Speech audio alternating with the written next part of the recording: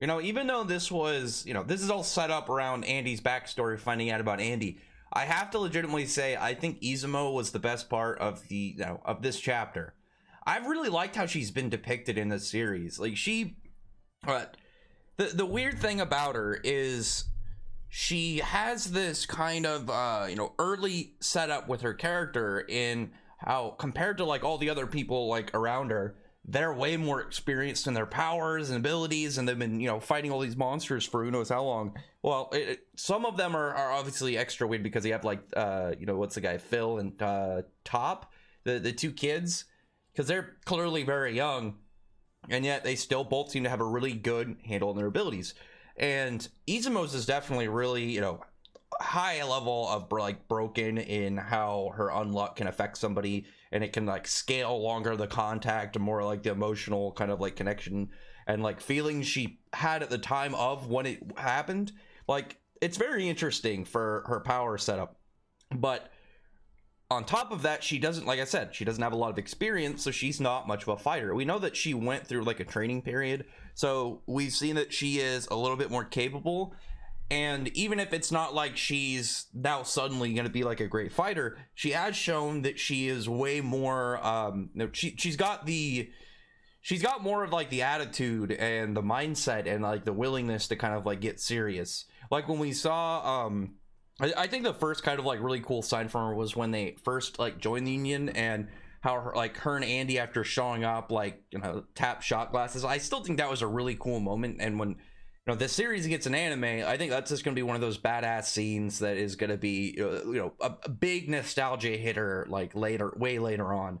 But another one that I really liked was when she was getting information on Amaun, that she pulled the gun out and just kind of like directly put it at that manga. Oh, I can't remember exactly what that lady's job was, but she worked for that publisher, and Izumo just pulled the gun out and you know, pointed it at her while she was on the phone.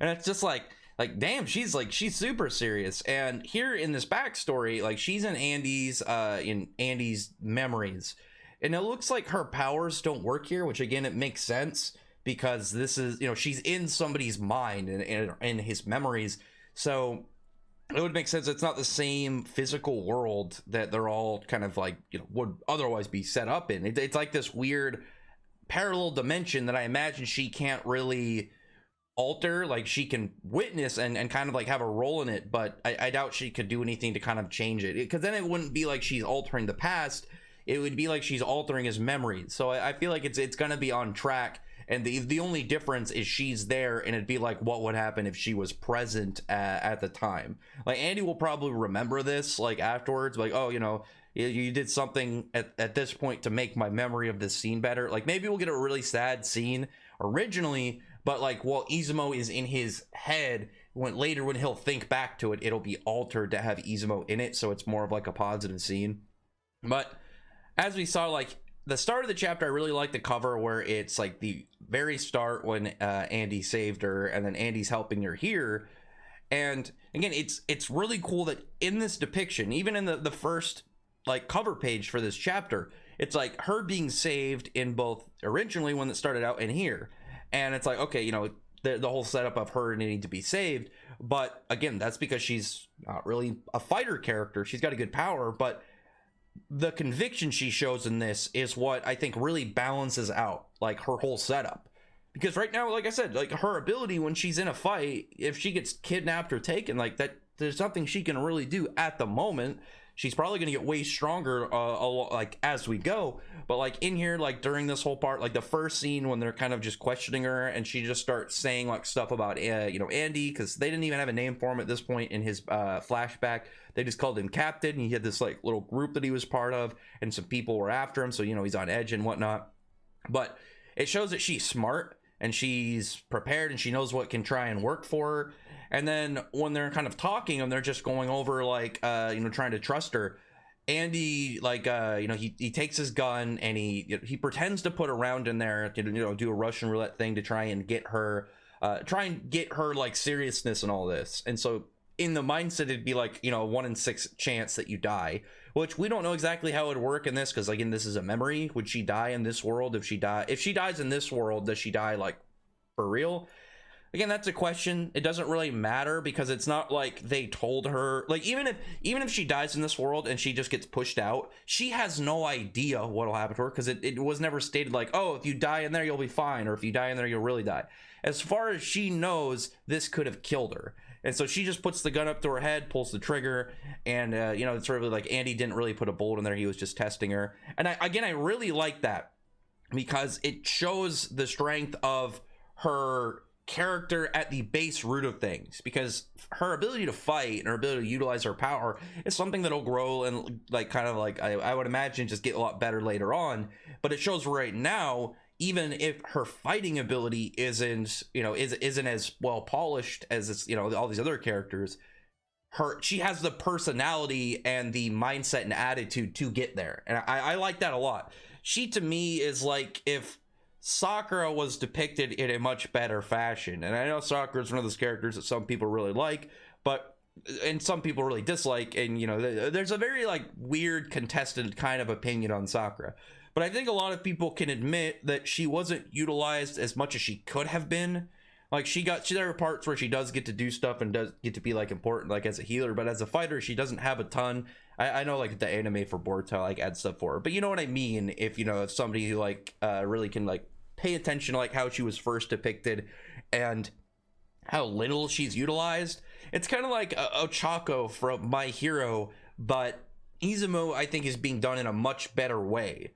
And this is only 41 chapters, and we already have multiple instances of just her being extremely strong-willed and extremely like fast to think of ways that she can be useful, because she knows that in fights she can't provide the same level of use that like somebody like Andy or even like Juiz or Shen or any of those guys that are way more trained fighters can do. Like she knows that she can't like bring to a scenario those same things, but she's always looking for ways that she can be useful, and I like that a lot, because even in times where like right now, or she's not a very powerful character, her ability to try and just do what she can is very powerful, and I like that a lot about her. And even at the end of this chapter, when these guys all showed up and like they started shooting up the place, and you see like everybody is shot and killed except for like some woman and like her kid, but like Andy and his crew are all shot, like all these kind of like outlaw dudes. And Andy being undead, he's fine, and he doesn't know exactly at this point he doesn't know the extent of his ability, because he doesn't have his memories. This is like him fresh as Andy and not as Victor. And he's like which again I really like too, because we're finding out Andy specifically's backstory, so it leaves Victor as a mystery. But Andy, like he's finding out, he's like, oh, you know, she's like saying how, oh, you're undead and whatnot. Like he now knows after this and what Izumo has said that he can't die. And so he's like, okay, so I'm just gonna deal with the pain. So at this point he still felt physical pain regularly, so probably in his mind he thought like he didn't know like if he was beheaded or had his head exploded or shot in the brain or anything, you know, had his heart like shot up, or anything that'd be like a for sure kill would kill him. But now he knows that he's not gonna die, so he's like, I couldn't care less about the pain, so he's just ignoring the pain.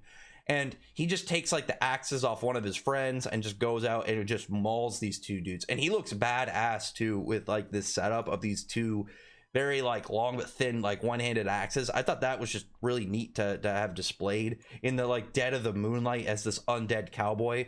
That was cool. I like that a lot. But with Izumo saying like her whole narration, when she's saying she didn't know learning about what Andy meant, and she's like, you know, it meant learning about how many times he's had to say goodbye, because that's one of the things that comes with being immortal and undying, is like the general idea that, you know, you get to live forever. It has a very strong perk to it, but it causes, you know, eventually everybody around you is gonna, you know, eventually die, and then at some point you're going to probably develop this mentality of like, why get attached to anybody, because you're just going to outlive them. And if you live forever, I would imagine, like it's been shown in you know, in some series, when you have characters that either are unaging or are really old, they almost perceive time differently because they've lived so much longer, that like the idea of like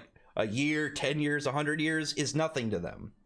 But Izumo, like, saying how it's her duty to witness all of this. She's learning his backstory, and she has to learn about him and figure out what happened to him and what he's gone through.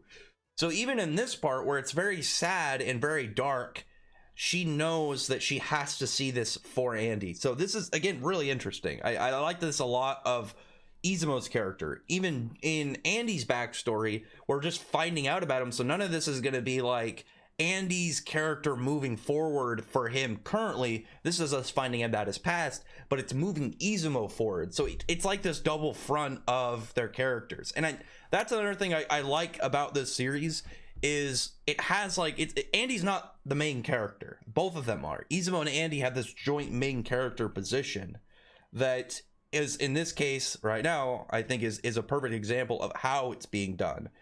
She, like, he's already very highly like progressed for like his whole story, and she is brand new. So we're finding out his secrets and past, and it's going to make her become like a stronger character and make them closer. So I think this was done really well, and I like that this manga is, you know, it seems to be doing pretty well in Japan. I'm hoping it picks up in, you know, in the West, but at the same time, as long as it's doing well, I'm happy, and I'm glad that this you know, this manga got, you know, past the axe point so we can get scenes like this. But anyway, other than that though, comment below, thumbs up the video, friend the like button, subscribe button, and check out my other videos. But other than that, I appreciate everybody's already subscribed, and thank you all for listening.